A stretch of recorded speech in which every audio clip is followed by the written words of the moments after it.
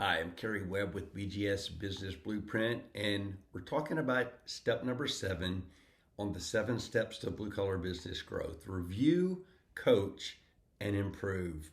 Here's where growth actually happens. Every week you sit down with your team and you ask, what worked? What didn't? Where did we miss the target? And what are we changing this week? Then you coach the people responsible for those numbers, and every quarter you repeat the process. Train your team to execute, to measure, and then coach and improve. Then do it again. That's how you create sustainable growth. What if you train your team and they leave? Well, worse, what if you don't train them and they stay? Let's evaluate your business and find the money, and then build the plan.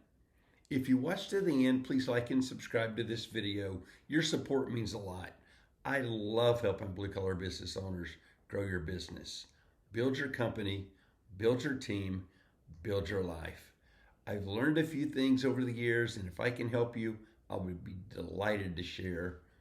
Email me, Kerry at bgsbluecollarblueprint.com.